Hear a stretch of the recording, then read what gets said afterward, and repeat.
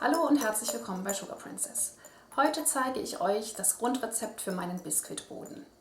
Das ist ein Boden, der wirklich super schön flauschig wird und sehr, sehr hoch. Das heißt, man kann ihn zweimal durchschneiden und erhält dann 3 Böden. Er besteht eigentlich nur aus Eiern, Zucker, etwas Vanillezucker und Mehl und natürlich ein ganz klein mini bisschen Backpulver. Und ist ganz einfach zu machen und backt einfach wunderbar. Für das Rezept für den Super Biskuit braucht ihr 6 Bio-Eier, Größe M. So, dann habe ich ein bisschen Backpulver hier. Da brauche ich einen Teelöffel davon. Dann habe ich hier 160 Gramm Feinzucker. Dann habe ich hier meinen selbstgemachten Vanillezucker. Und hier ist noch das Mehl, 240 Gramm. Ich backe dieses Rezept normalerweise für eine große, also in einer großen 26er Springform. Heute möchte ich es jetzt mal anders machen und ich habe jetzt 2 20er Formen schon mal vorbereitet, die einfach ein bisschen eingefettet unten am Boden und dann Backpapier drauf geklebt. Ganz wichtig, ihr solltet den Rand beim Biskuitbacken niemals einfetten und auch nicht auslegen, das ist nicht nötig. Sogar wichtig ist für den Biskuit, dass er hier oben raufklettern kann. Also ganz schön gleichmäßig und das kann er am besten, wenn dort nicht gefettet ist, dann hat er mehr Halt. So eine Biskuitmasse, die würde sonst beim Backen einfach abrutschen und einfallen. Genau, dann ist noch wichtig, beim Backen dürft ihr den Ofen auf keinen Fall öffnen. Der Biskuit fällt sonst zusammen. Es ist ja im Prinzip eigentlich nur eine Eier-Mehl-Zuckermasse, ist ja kein Fett dabei. Die ist halt recht empfindlich, dafür aber natürlich auch wunderbar flauschig. Ich backe die Böden einen Tag bevor ich sie verwende, einfach aus dem Grund, erstens müssen sie abkühlen, das dauert immer eine Weile. Und zweitens, sie lassen sich am nächsten Tag, wenn sie gekühlt sind, also ich lasse sie erstmal ganz abkühlen, dann packe ich sie in Frischhaltefolie und dann packe ich sie in den Kühlschrank. Am besten über Nacht und am nächsten Tag sind sie einfach so, dass man sie super schneiden kann. Ansonsten, wenn ihr sie am selben Tag schneidet, lasst sie wenigstens ganz, ganz kalt abkühlen.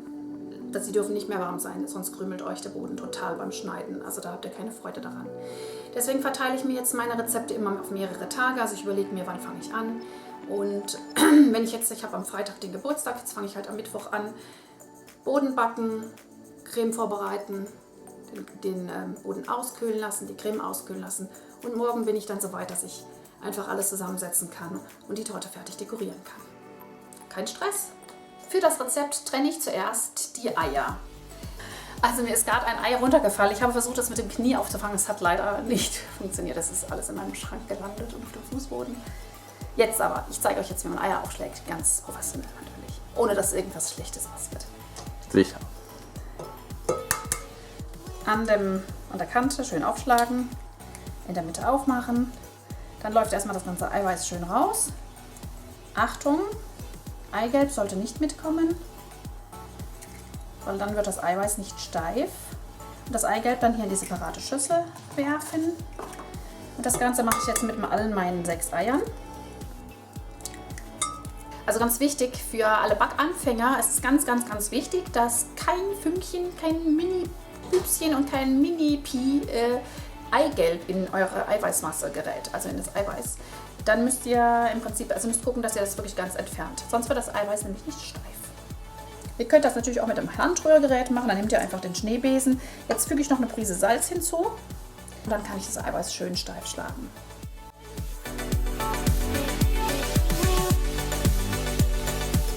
Bei mir dauert das in der KitchenAid so etwa 2 Minuten, im Thermomix dauert es auch 2 Minuten. Im Handrührgerät, Kaffeemaschine sei ruhig. Im Handrührgerät dauert es vielleicht etwas länger. Schaut, dass ihr die Eier nicht überschlagt, einfach so, dass sie wirklich steif sind, aber nicht übersteif. Also sie sollen jetzt nicht erstarren. Nein. Gut, und was wir jetzt hinzugeben, ist unseren Zucker und Vanillezucker. Jetzt gebt ihr gerade den Zucker dazu.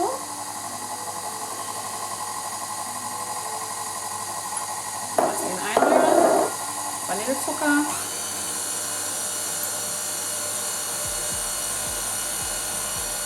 Und lasst das Ganze so 2 Minuten verschlagen.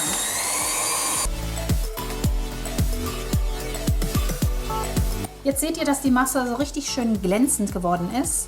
Genau, ihr schlagt die Masse so lange, also etwa 2 Minuten dauert es bei mir in der KitchenAid, bis sie glänzt. Jetzt könnt ihr das Eigelb hinzugeben und zwar möglichst lasst die Küchenmaschine auf kleiner Stufe rühren, also langsam und einfach gebt nach und nach die Eigelbe hinzu.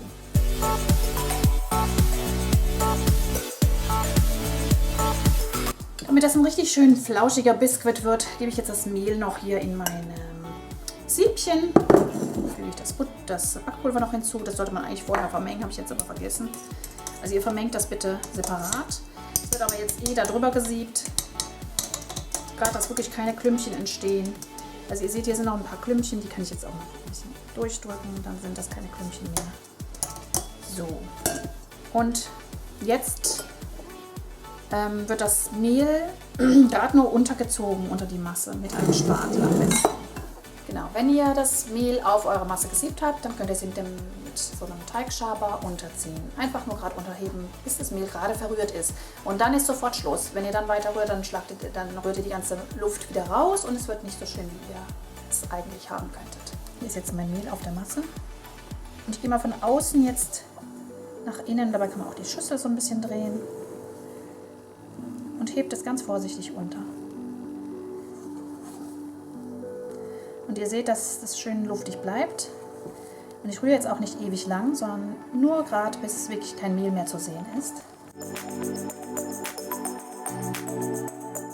So, in etwa.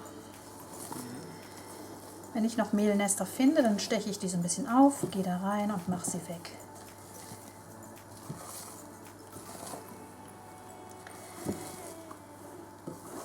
Okay. Fertig.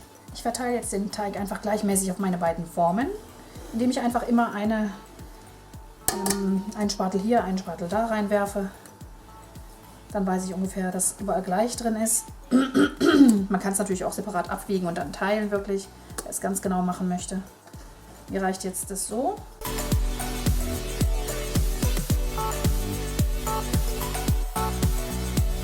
Wichtig ist, dass ihr dann eure Masse auch noch glatt streicht. Schön so auch an die Ränder, an die Wände der Form streichen, damit der Teig schön hochklettern kann. Und möglichst dabei wirklich alles glatt verstreichen und eher in der Mitte ein Loch streichen, einfach damit der Boden dann schön gerade backt. Ja, meine beiden Formen sind jetzt fertig und das Gute ist, sie passen beide gleichzeitig rein. Bei den 20er Formen ist es ganz günstig an meinem Ofen. Ich gebe es jetzt einfach hier rein und zu und backen. Und bitte dabei bleiben, es dauert so etwa 20 bis 25 Minuten, bis der Boden fertig ist. Ich habe meine beiden Böden jetzt rausgeholt, so sehen sie aus. Sie sollten, wenn ihr mit dem Finger drauf drückt, leicht nachgeben, dann sind sie fertig. Ihr könnt auch eine Stäbchenprobe machen. Ich lasse meine Böden immer 10 Minuten erst in der Form auskühlen und danach schneide ich sie raus. Einmal gerade ringsrum schneiden. Genauso bei dem anderen natürlich. Ich kippe das jetzt einfach auf den Kopf und schüttel so ein bisschen. Und da ist der erste Biskuit. Und da kommt der zweite Biskuit. Jawohl. Aus meiner Sicht perfekt gebacken.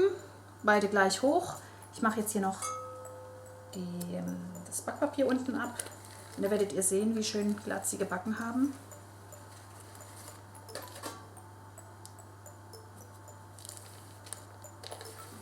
Also das nehme ich natürlich dann später als Oberseite. Ja, das war das Rezept für den super tollen Biskuit. Ich hoffe, ihr werdet es mal ausprobieren und werdet genauso zufrieden sein wie ich mit dem Rezept. Der nächste Teil dieses Videos wird sein, wie die Torte dann gefüllt wird und mit Butterkrumm überzogen. Es wird eine richtig schöne österliche Torte, eine pastellfarbene Torte, also bleibt dran. Und wenn euch das Video gefallen hat, dürft ihr es gerne positiv bewerten, teilen, den Kanal abonnieren und ich sage Tschüss, bis zum nächsten Mal. Tschüss!